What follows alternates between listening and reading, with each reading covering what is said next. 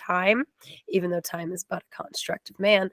It's all kismet, and I'm fucking loving it because, like, everything that you're talking about mirrors things that we've been talking about, like, very It much so. it boils down to, in that situation, I said, it boils down to, it doesn't matter if you were kidding or if you didn't mean it, or you said it and you used the wrong words. It doesn't ultimately matter. And I'm just saying, if I said something to you guys, for example, and it was me, it doesn't matter if I'm kidding. I still said something mean. It's still right. You still hurt another person. And I said, it's a mitigating circumstance. Okay, I can understand you thought it was a joke, but obviously it didn't land. Um, you know what I mean? But it still hurt a Right. person's feelings, and it doesn't mean that you should. That is a get out of jail free card for your behavior. Yeah. And I said, and you've been doing a lot of this crap and using the "I'm kidding" or "oh, I just spin things" as your excuse, and that's what it boils down to. If you say it once or twice, it's not an excuse. If you say it 42,000 times, it is. Well, and also, this is an adult you're talking about. I did that when I was 11. Yeah, Oh, like, my mom used to get on me hardcore. She'd be like, "Just because you say you're kidding afterward because nobody appreciated what you said doesn't make it a joke." And I was mom was like, right. "I was kidding." She was right. That's why I try not to act that way. And, like, I say things that I thought were funny, and everybody does not realize I was making a Yeah. joke, and I'll be like, "I was making a joke. I am sorry. That was I'm sorry if obviously I not hurt funny." you. It's called Like, being an I adult apologize. and accepting responsibility for your Yes. behavior. And the Yeah. reality of it is, I have no problem having a hard conversation with any individual, because the reality of it is we're adults, and you're not going to solve anything unless you talk about it. But also, you don't have to add the emotionality of it. You can hear both sides. It's like a negotiation, right? But Right. that's not what I was having. I tried all my negotiation tools. I tried everything in my toolbox. There's no fixing this. And that's what I had to tell my friends last week. There's no fixing when a person is behaving like this and cause such disruption. And the last thing I wanted was this person to get disinvited to stuff, Right. because I don't feel that there should be anything of a punishment happening. But I think that people in the group are not supporting each other, and they're too afraid of her blowups. So people don't say anything. And I said, we need to support each other. And the only thing that's left is calling her out in front of her group and saying, everybody's saying, you know what, that wasn't cool. And honestly, as adults, should we not be doing that? Yeah. No, for Kind sure. of Like, simple. well, and I mean, it's like, setting boundaries and having the person be like, "Nope, I'm not talking about this," and just walking away, like, Oh, I tried to do that last week. It didn't end well. She grabbed me. I was grabbed. "Oh, And so I damn." don't like being pushed far, but as we I talked guess you before we went on air, I do MMA fight. So a lot of people don't know that. And so therefore, if you grab onto me, especially as a person who used to work emerges and med surg and lockdown units, I don't necessarily react the best. And so I took a deep breath and I said, with all due respect, you need to let your hands get off of my body now. And and I said, okay, you need to take a breath, number one. And number two, you need to hear something about consent. Consent, when it comes to coming in contact with another person, it means a lot of different things to a lot of person for our people. For example, what if I was a victim of sexual assault or abuse and you grabbing me? That's not okay. And I said, I already told me my boundaries when it came to that, because she's a hugger. And oh, this was what she loves saying. Hug me like you mean it. And like, the only thing she doesn't do is wrap her legs 42 times around your body. It's a little creepy. Yeah, Actually, I don't know if you no, saw no, my reaction, but no, everybody who sees it kind of cringes. It's really cringeworthy. So needless to say, and I yeah. said, and then she kept on going. I said, you're not hearing me. You're not respecting my boundaries. You need to let go. This is your third warning. And if you do not remove them, I will remove your hands, and you're not going to like it that much. And that's exactly how I said it. And then I had to break away from her. And I left, and I said, and then she said, I want to talk to you. And I said, there's nothing to talk about. You came in physical contact. You're disrespectful of my boundaries. You literally left marks on my arms, all because you wanted to go and ensure that I knew your point on a Facebook post. Because I said to her in a kind way, when she was bringing up this Facebook post and stirring things up, she was talking about how I wasn't validating her because I wasn't upset at a random meme. I don't care. It's a meme. And I said, I don't want to be mean to you, and I'm not disrespecting you, nor am I not respecting your thing, but it's just a meme. You need to relax. It's Yeah. just a me. And yeah, it ended up an hour later when everybody wasn't around, her grabbing on me. You don't grab on me. It will not end well if we go in a direction, that direction. And I'm very honest about it. If you don't let go, it will go in a direction that you don't want to go in. Yeah. No, I can understand. Well, I guess it could have been worse.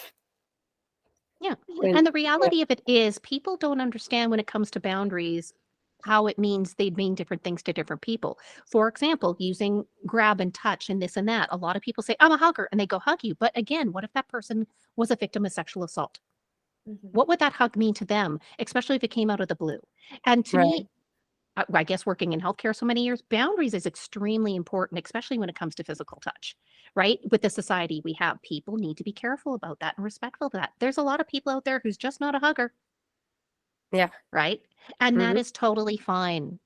And that's what I find that a lot of people forget is when they put on that sort of thing. Oh, I'm a hugger, and this and that, so it's okay. No, it's not. But I'm okay with people being huggers. It's what's attached to that and what you're doing with it. And when you're Right. hugging so tight, I had marks here. That's not a hug.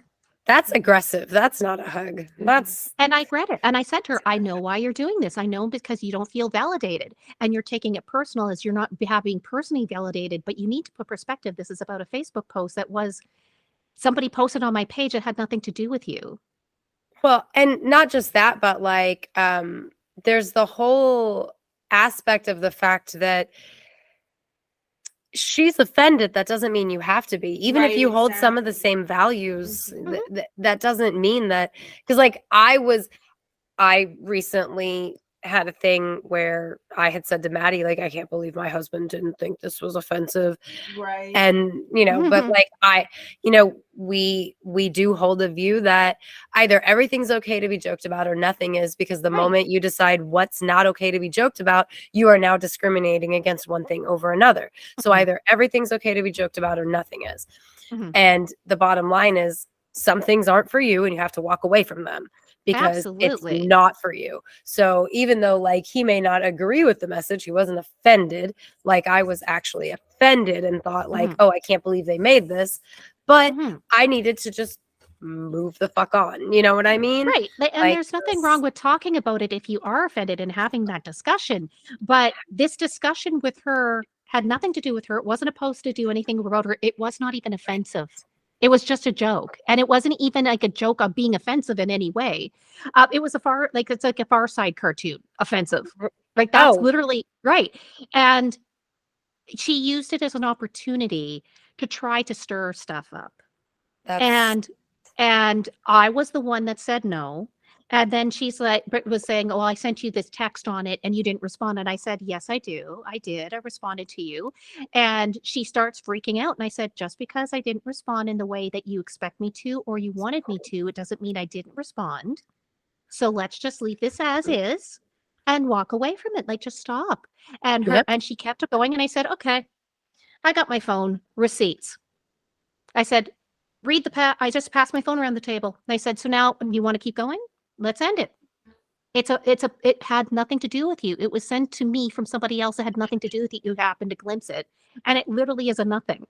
And then she waited till we went to the next location and jumped on me, literally.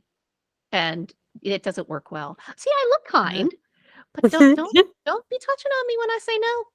I'm going to make you stop touching me if you do not. Simple. Yeah, there's only one way I want it to get physical, and that's only when I want it to.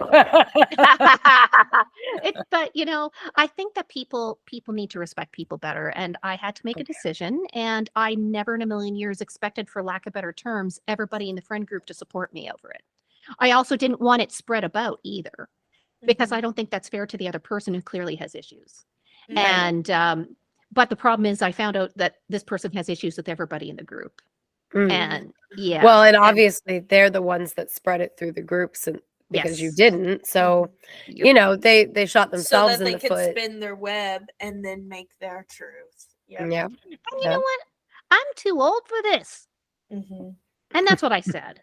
But speaking of old, do you guys want to hear some history? Yes. Oh, How absolutely. much do you guys know about? How much do you know about history of tarot? Oh, Okay, so so much. I'm gonna be honest with you. I was like, oh my gosh, we've already done this. We've done this. I remember doing this. So I was like, oh yeah, no, I was referencing tea leaves. So I got tarot and tea Tea leaves. leaves mixed up because Well, I was like, yeah. oh, it started with Romanians and the gypsies. And I'm like, oh my god, no, that is not tarot. That is See, I don't know the Yeah. history of tea leaves, and that's something that was very Oh, interesting to me. It was. I don't know if you listened to that episode or not, but it was No. Yeah, It we is just did it a interesting, couple like, weeks ago. Yeah. it kind of makes me wonder, like, okay, I'm going to use the same analogy somewhere else. Imagine you're a caveman, just kind of walking, doing your caveman stuff, and then you see like a potato plant. You're like, I'm kind of hungry. You take a bite out the leaves. I'm like, ew, this is gross. So then you pull it out of the ground, and you're like, ooh, these brown things attached to it. Let's just give it a try. So you take, ooh, these are kind of bitter. So then let's just cook it on a fire for like half an hour, wrapped up in some tinfoil, and see what happens. Add some butter. Like, that's the thing that I'm getting to when it comes to tea leaves. How did a guy just went from, I'm going to drink some tea, to like seeing black dogs in your future? honestly drugs. Harry Potter reference. Oh, well, I'm just see, kidding. I'm going to go with, ancient man was looking for answers In everywhere, right? everything, and And everywhere, yes. yes, and they had a better idea. Like ancient man had to live off the land, so they knew what plants were edible, what plants were not edible. They have been drinking leaves steeped in things for health properties forever. They've also, as soon as they started looking at the sky and developed religion based on the stars, they had somebody to interpret that for them. And that person then, therefore, also was to foretell futuristic things for people. That's how we, like, you can look. I was just watching like this fucking documentary series with my husband last night, so I'm not going to talk too much because I'm going to sound crazy, but like, you can look at how all the ancient civilizations, they followed the stars. They did, period, point blank. Like, there's no question about it. They followed the stars. They wanted answers to prevent the cataclysms that come from the stars, because when comets hit the earth and cause the things that happened during the fucking younger whatever Dresden period, whatever the fuck it was, but like the younger Dryas, I don't know. Shit was crazy for ancient man back then, right? And like, that's when we see like a bunch of monuments in the world for like, in America. Oh my God, there's so many things that I want to talk to you about doing episodes on now. There is, in America, in Ohio, there's a fucking mound. It's a gigantic fucking snake, and its mouth eats the sun when the summer solstice sun. Oh, And that's awesome. but not just that, it's a winding snake where all of the winds, they line up with like the autumnal equinox and the vernal equinox. They line up with the winter solstice, and at the end there's a spiral that not upwards, this way it lines up completely with, I can't fucking remember. Oh, true north. It lines up with true north, the way the spiral goes, which like made me see like the snake is actually supposed to be like this, and the world is like time is cyclical, and it's fucking cool and crazy. And okay, so back to the whole point of tea leaves, because we look to the stars, we had to find a way to protect ourselves from the things that come from the stars, i.e. like comets and those things that hit the planet and cause disruptions. Aliens, right. So the tea leaves were a way of something that we are already using and coming in, like, it is a part of us as much as we are a part of it, because defecation and urination was right in the same land that grew the plants that they're consuming. They really, even today, everything that we eat is feeding on the dead. But back then they understood that concept. They knew that everything was cyclical because we live on the dead, and then the dead gives life. Like, it's a whole thing.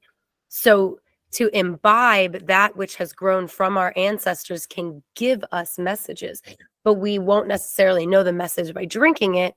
So we feel that they will give us a visual message. And that's where the tea leaf part comes, like reading the tea leaves comes in. That's my belief. I don't know that for sure. But based on everything that I do know for sure.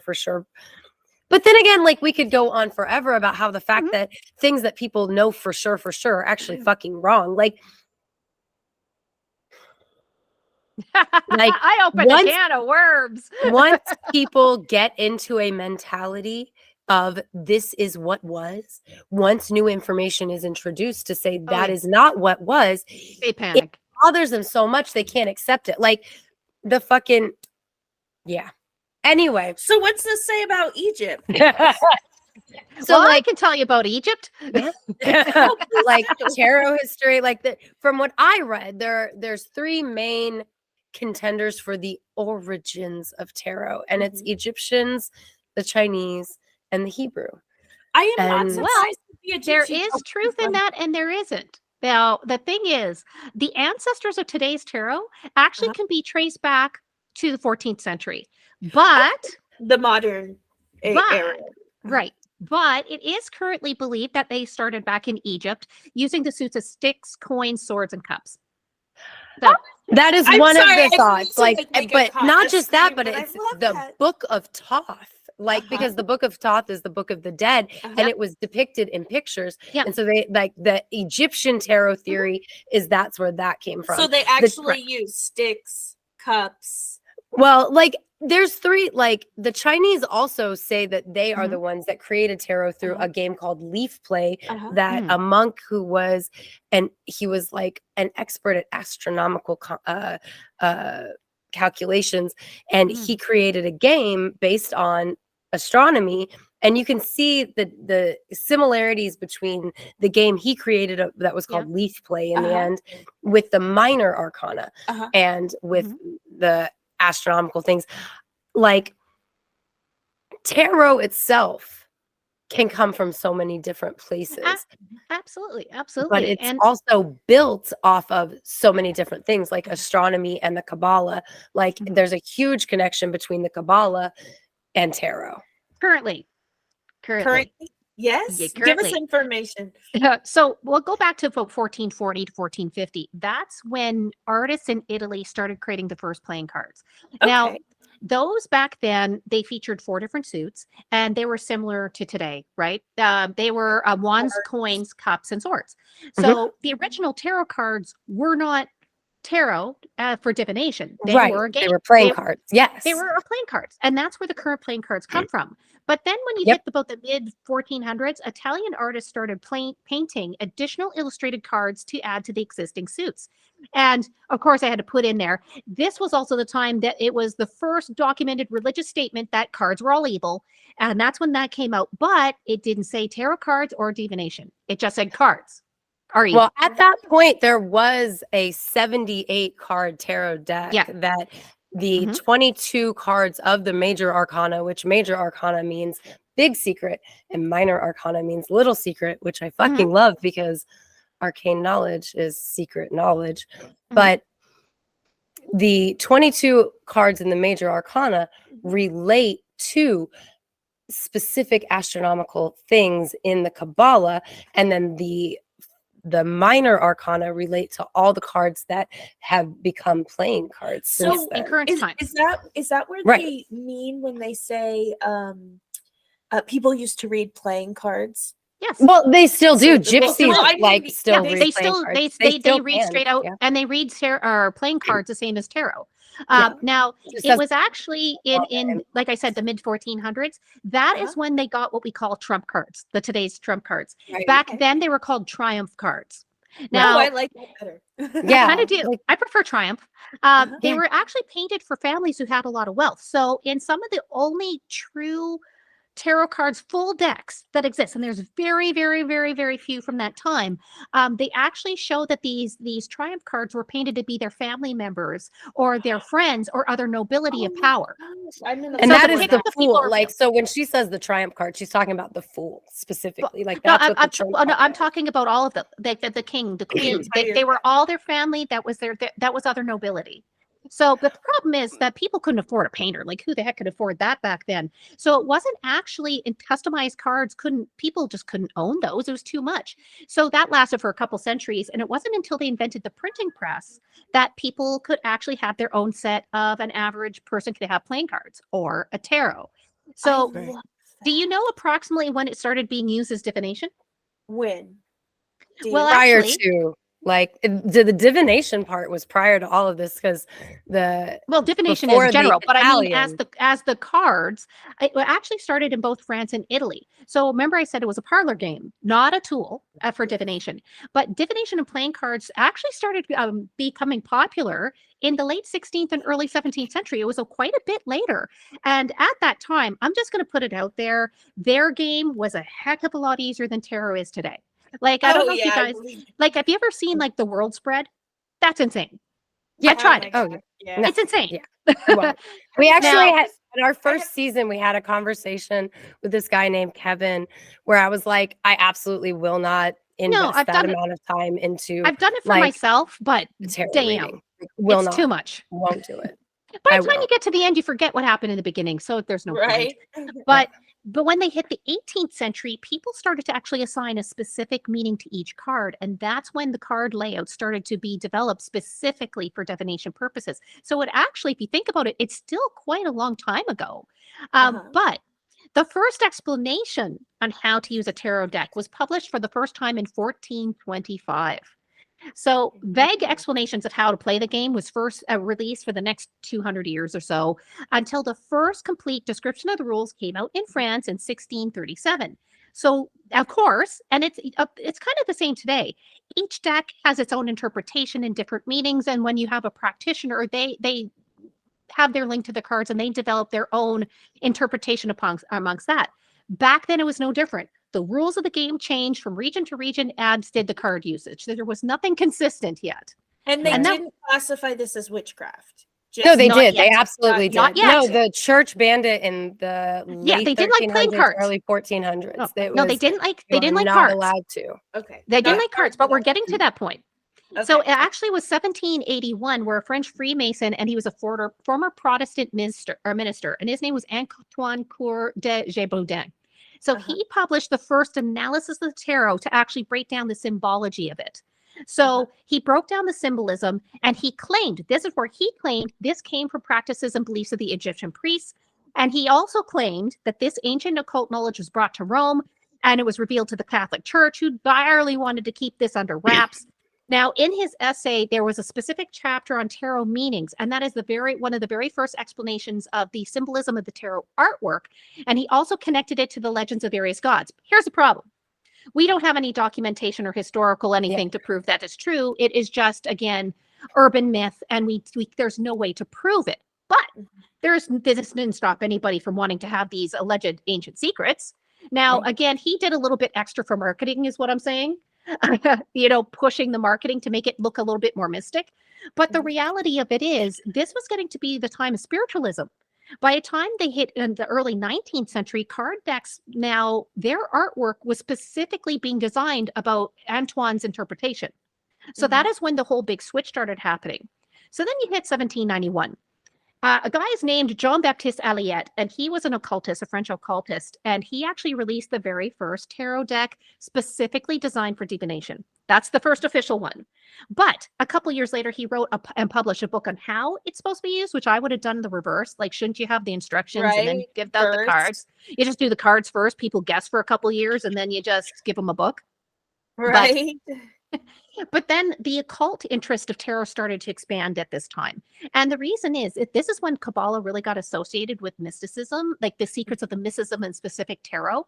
Now, the thing is, with the whole Egypt thing, we can't prove it 100%. I know. That's the problem. There's no way we can prove this either way. But the thing is, by the end of the Victorian era, occultism and spiritualism was a very popular pastime for a lot, but it was a literal religion for others. And a great example is Dan Aykroyd. You know who Dan Aykroyd is? Like Ghostbusters fame. He actually wrote Ghostbusters. Do you know what Ghostbusters is actually tailored towards? Is spiritualism religion. His family, he's from Canada. He actually is from a location very near to me. Their family farm still exists. And the family basically were very powerful spiritualists in the area. His grandfather was a spiritualist. His dad wrote a book based on that experience with Dan Aykroyd. So that's why you'll see like a lot of these shows that he puts out about the unknown is because he actually is a practicing spiritualist today. So little sidebar. Now, the thing is, It is actually still practiced as a religion for a lot of people. And with this came tarot as part of it. Now, at this point, we're talking Victorian age. It was extremely commonplace just to go visit your friend, have some tarot cards read as entertainment, or go to a Mhm. seance Just like party. seances. Yeah. Right, a seance party. Yeah. It was every day. That's what they did. So even so, with all of this, urban myths started floating around at this time, saying that tarot cards and fortune telling were brought to Europe by gypsies from some magical mystical place somewhere in Egypt. So you can see as time the urban myths are switching, but the reality of it is it's hard to track anything. So I wanted to touch on something though. Why do people think they're evil? Well, religion. So Especially, yeah. as you guys know, many religions historically believed that forecasting the future was the devil's work. And a lot of this was promoted by various classical religious-based writings that people don't necessarily think of as a religious writing, like Dante's Inferno. Have you ever read it? Oh, absolutely. Yeah, No, I it's haven't beautiful. read it. I don't want It's to. I don't want to read it. Well, It's yeah. creepy. well, honestly, Dante's Inferno, I'm about to tell you the point where I got really offended. Um, Is it when the people's heads turned around? Yes. And Yeah, here's the why. Because for those who haven't seen it, I'm just telling this for your listeners, is basically the whole idea is Dante starts walking down hell, walks to the pit and sees Satan and walks his way out. And he describes what he's seeing along the way. So at the 4th level of hell, Dante describes those walking through eternity with their heads on backwards and crying, and these are the fortune tellers. And Yes, he so they says can't. that their sin is because they're telling the future, which is only known to God. But here's my problem with this. In every single major religion, there are figures that are recognized as a prophet that are who tell the future, but they're supposedly chosen for God. What is the difference between Dante's Inferno and the Bible is the gender and not the message. And that is really indicative of the times, right? When this came out. In Dante's times, women were, well, second class, if you're lucky, citizens. They weren't even second class. So therefore, that is the big difference in my opinion. And going into actually my opinion of tarot, I think it's just a way for us to, like, there's no difference to me than a tarot deck than you're using a crystal ball. It's used for focus. Yeah. It to focus your, and what is different than having a prophet telling the future and a person flipping a tarot card? Nothing. Because you're your own prophet, and they don't want you to One think stamped You don't by the want a church connection approval, to the and the divine. other one isn't. And the Yeah. church can't control the prophets are saying what the church message wants it to say, where the other ones aren't. Right. Simple as that. Yeah. Now, have you guys heard about the origins of the Rider-Waite deck? Yes. Yeah. It came through the Order of the Golden Dawn. Yes. Isn't that the best name of an order? Oh, absolutely. But like, you know, he took what Pappas did with the deck, where Pappas is thought of as the granddaddy of what is nowadays used as the European tarot. And he incorporated more knowledge and more explanation into the cards. And then what Rider-Waite did was took it and made a standard card and book version from what Pappas did. Exactly. So he was actually, Arthur Waite was actually a British occultist himself and was a member of the Order of the Golden Dawn. Now, the thing about the Order of the Golden Dawn I liked is the fact it wasn't just guys, which was typical back then. It was men and women. So another member of the Golden Dawn was actually Pamela Coleman Smith, and she was an artist. And he went and decided to work with her, and they created the deck together in 1909. Yeah. So in 1909, they released that deck. So it was actually Arthur's suggestion that Pamela used the Sola Smith, not her whole fucking name. Fucking assholes. They're like, it doesn't matter. She was married. Mrs. Smith. It's Mr. and Mrs. Smith. So Pamela used actually the Sola Busca tarot cards for her inspiration. And that is the tarot card that I was talking about earlier. That is one of the earliest complete surviving example of a 78 card tarot deck. And if you compare the two, there are a lot of similarities in the symbolism there. So Pamela was the very first artist to actually use characters representing images in the lower cards instead of just doing the coins, the cups, the swords, blah, blah, blah. And she started to incorporate human figures into her artwork. And that is what resulted in the iconic deck that most tarot cards readers know today. It's Right. typically used as the default deck in pretty well every instructional book because it's heavy on the symbolism. And that's Well, what people are trying to teach them, is to read the symbolism of the card, right? it's also easier because the other tarot deck that we were talking about with Kevin in season 1, like, it's much more difficult to read. Even gypsy cards are harder to read from the standpoint of each, like the Rider-Waite deck simplifies everything. Sorry, my computer's trying not to charge, and I'm trying to make sure it doesn't die on us like last night. But it made it simpler for people to be able to utilize it because the other, I can't remember the name. There's like other different, but this is the standard because it's easier and it allows for wider interpretation. And that's why today everybody has generally speaking, you are buying like Maddie's Game of Thrones deck, my Lord of the Rings deck. They're all Rider-Waite based. They're all based on Rider-Waite. Like 90% of what you're going to find in the stores is based on Rider-Waite versus the other tarot theory because they're easier to read. They've been, so many people have worked on them to simplify it, to make it easier to get that. But I think also with the symbolism, it's very, very important. If you look, it's very hard to pull up any symbolism out of a 7 of clubs if you're using a deck of cards versus if you're having a 7 of wands or even, you know, or any arcana card. Like it's that's why I love tarot. And that's why I want to collect more antique tarot cards. It's the art behind it and the thought behind it. I think it's beautiful. Right. Well, and when you're reading playing cards, like the gypsy card, sorry, I was like trying to get this to charge, but with the gypsy cards, it's like where that 7 of clubs winds up in the spread depends on what it means. And you can read tarot in that same way, but you don't have to read tarot in that same way because but when you're doing the playing cards, if the 7 of clubs and the Queen of Hearts comes up together, that means something.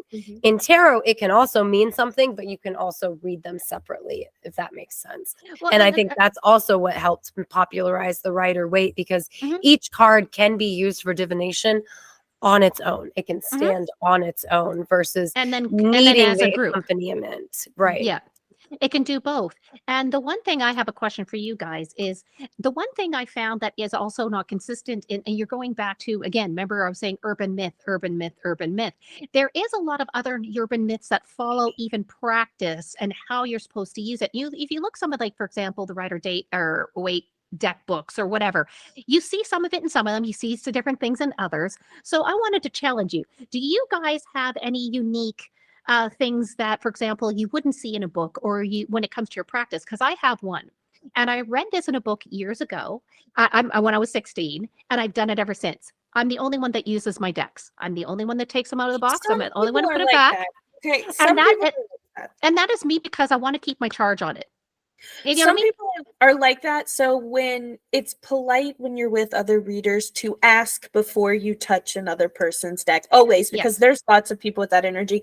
I know when I first started, and a lot of people when they first start, I would have the person I'm giving a reading shuffle the cards to get their energy into it a little bit. And I do that. Yep. You do. But I do.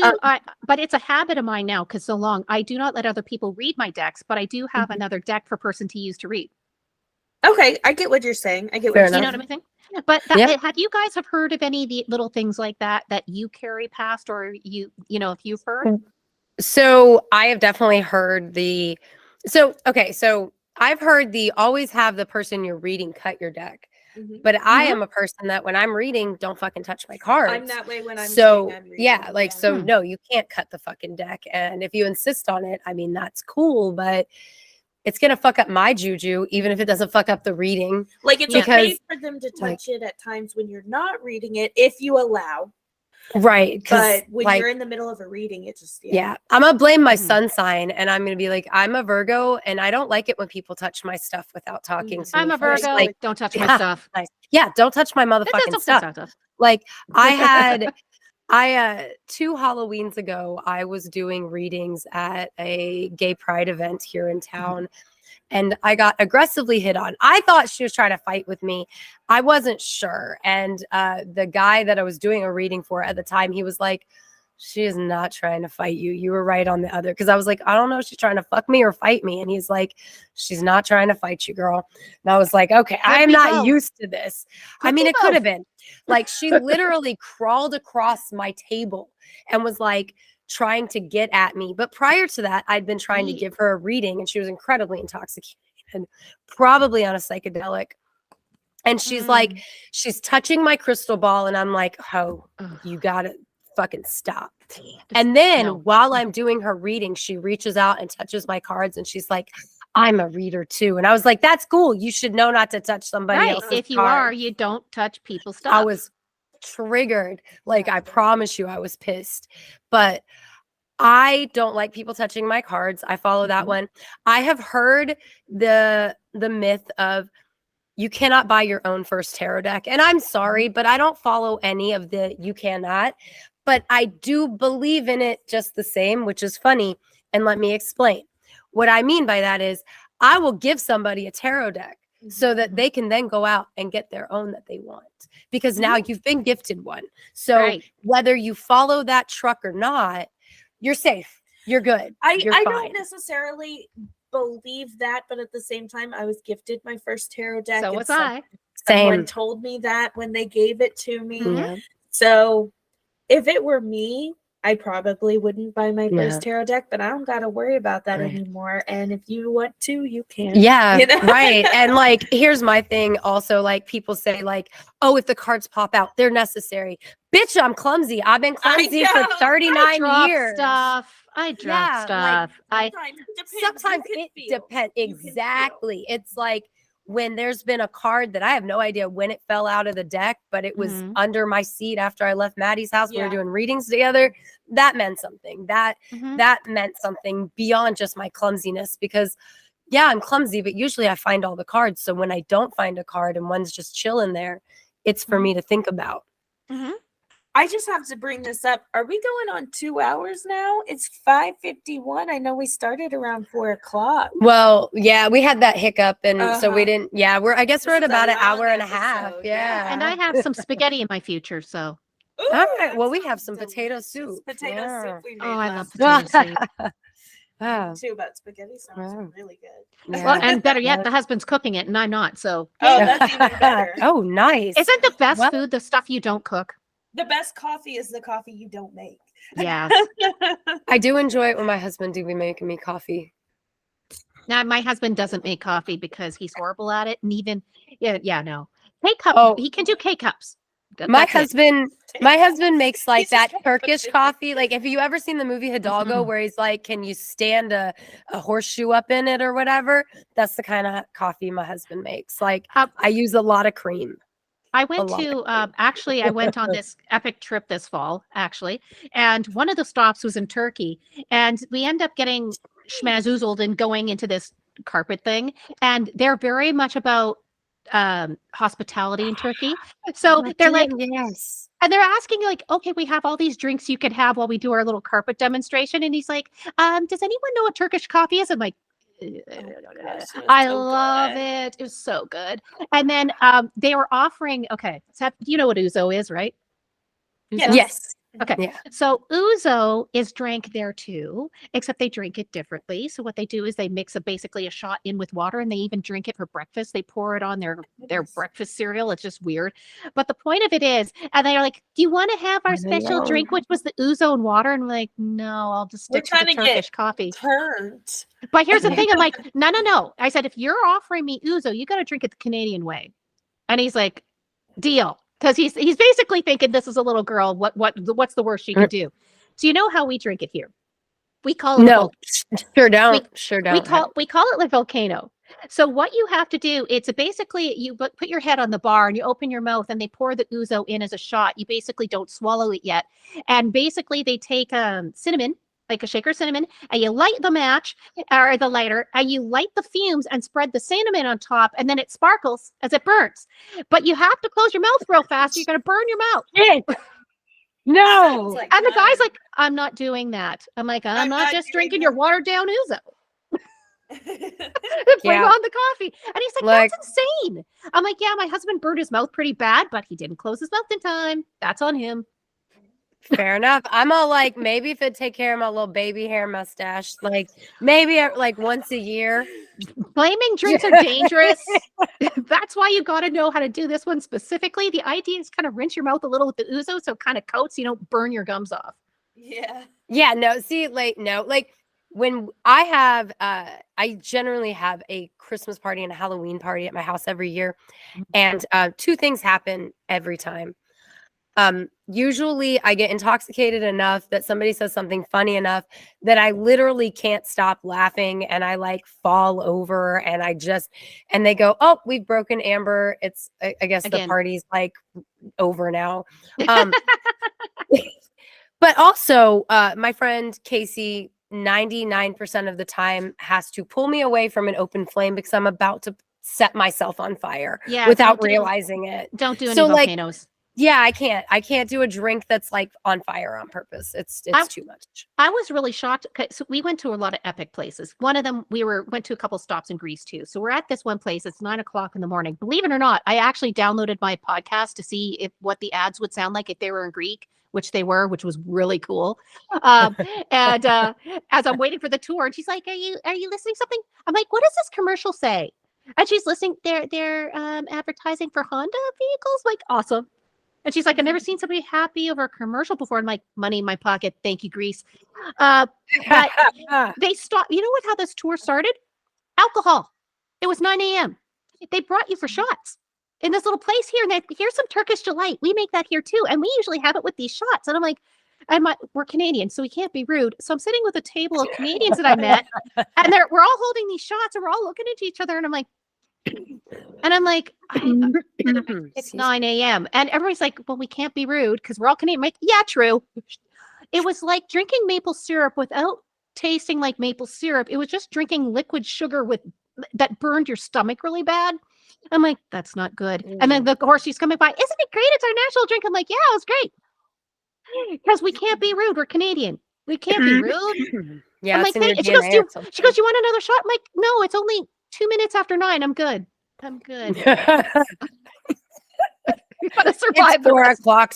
It's 4:02 somewhere. That's what they said, and I'm like, no, my stomach seriously can't take Turkish delight and shots of alcohol for breakfast. Like, I outgrew that when I was 19, and even then, I couldn't do it well. Yeah, I outgrew alcohol before I was old enough for it. Yep, no, I'm good. Well, thank you so much for doing the reading, ladies.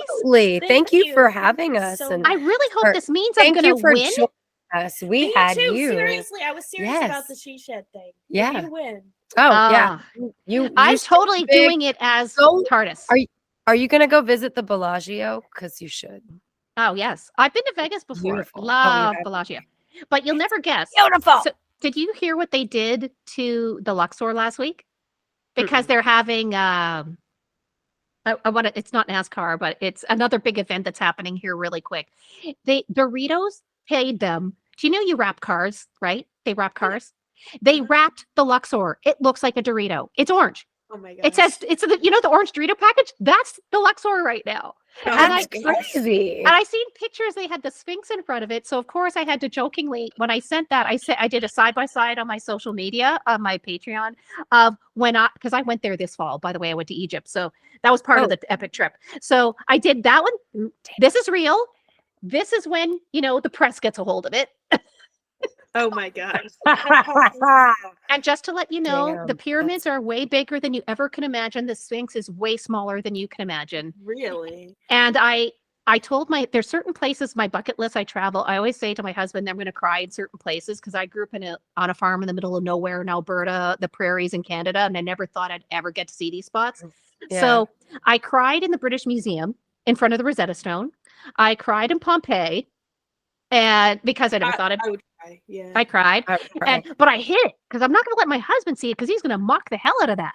And I'm like, I don't know if I can hide it because he's like, are you going to cry at the pyramids? I'm like, probably. It's a very, very high chance because I have been obsessed with Egyptology since I could stand. Oh, yeah. And I'm like, I'm gonna try to hold it in. So wait for it. Do you know that Egypt works off bribes? No. Well, you can go and throw them $13 Canadian, which means like $7.50 US or something.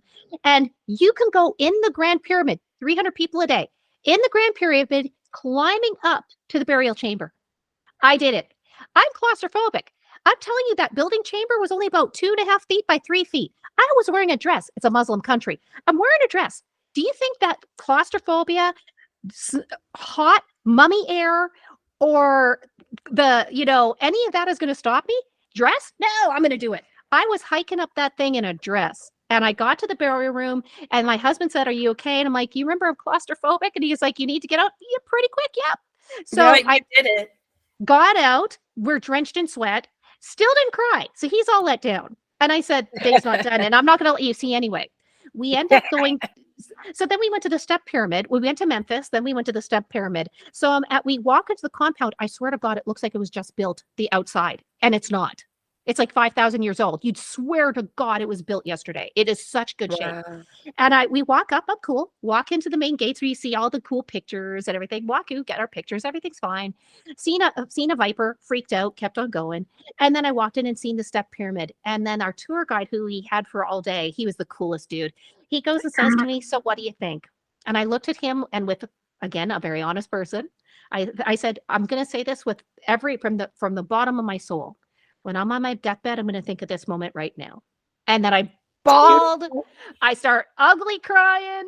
And then my husband's like, there it is. And I'm like, that made it worth it for you? Stop. And he's like, no, I wanted to see you this happy.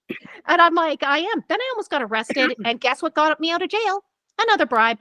Now, I'm just saying that was not my fault.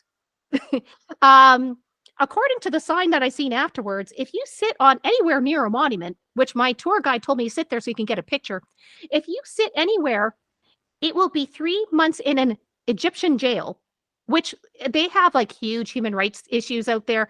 Now, 3 months in jail, and it ends up being a $3,000 Canadian fine. And if they decide that I was sitting there immodestly, my jail sentence went up. Cost me $10 US to get out of jail. It was great. Wow.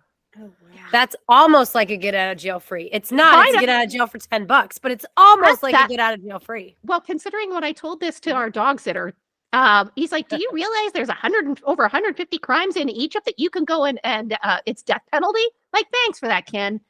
All I would have been locked into an Egyptian prison for who knows how long, because if their day goes bad, I'm just immodest. Right? Like, I was going to say, like, this is why I was afraid of my teenagers traveling, because I'm like, you guys don't know the laws elsewhere. Nope. Well, actually, it'll make you laugh. Do you want to know what my first reaction was after, like, the guard that looked kind of like a very angry Bert from Bert and Ernie comes up? He has, like, one brow. He's very angry. He had a machine gun. And so as he's coming up, and our tour guide slipping him the money, I literally said out loud, which the guy clearly didn't understand English, thank God. I'm like, son of a bitch, this is like the 4th country I broke the law in, and I didn't even know it. Not including my own. And then Span's like, don't say that out loud. I'm like, it's an accident. I don't know the laws in every country. I've done some stuff. It's not intentional. It's not horrible crimes like, like I murdered somebody. Right. Like a couple. I could have done some jail time. Yeah. But who would have ever thought you'd go to jail for sitting on a wall? Yeah, nope. Yeah, I wouldn't think it, but also genuine fear of mine. Genuine fear. Yeah. Well, it boiled down to, it was the tour guide that told me to do it, so he should have known better. And literally right below me where my feet was the sign. It was in Egyptian though. Egyptian, yeah. Yeah, and the other side was the other one was the English one that I just didn't read. But I took pictures Fair to enough. prove it to my friends that I could have went to jail. That's so crazy. Like, that's what wonderful travels you've had, and more to come, apparently. Oh, yeah. So that's Vegas, baby. exciting. I Heck yeah. actually get to meet up with a girlfriend of mine that I met through podcasting world, and that's why I'm so happy to talk to you guys, because she is also a witch and cool. does tarot. So we're going to meet up Gordon Ramsay's Burger on Tuesday. Nice. Have a burger or a little burger together. Heck yeah, that's awesome. Well, before we close out, do you want to again remind our listeners of where they can find Horrifying History and hear more of you? Well, you can find Horrifying History on any major podcast provider. We put out an episode every Wednesday. And this week, we're actually talking about the Great Molasses Flood of Boston. Have you heard about that? Ooh, No.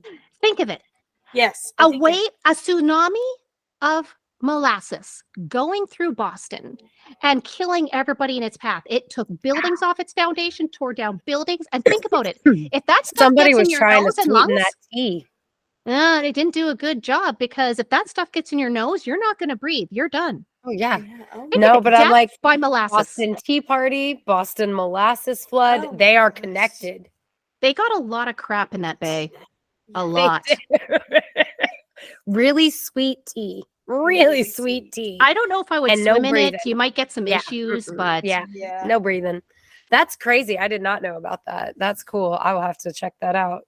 And you guys, if you are listening to us, you'll be hearing this the day before that goes out. So you should definitely check out Horrifying History. Go ahead and do the like and subscribe so you'll be notified when you can hear about Boston and their molasses avalanche. death by molasses. That's so crazy.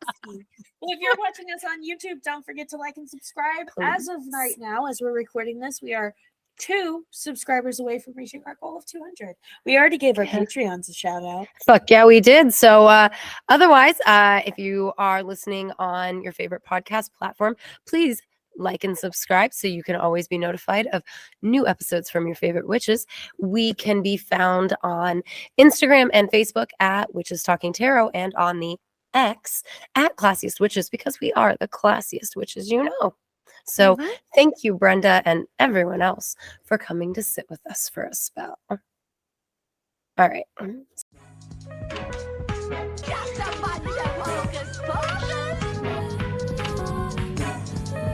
I'm Maddie. I'm Amber.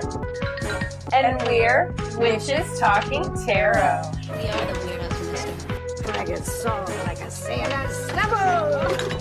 Flip the switch and let the cauldron bubble. Sam. Wow.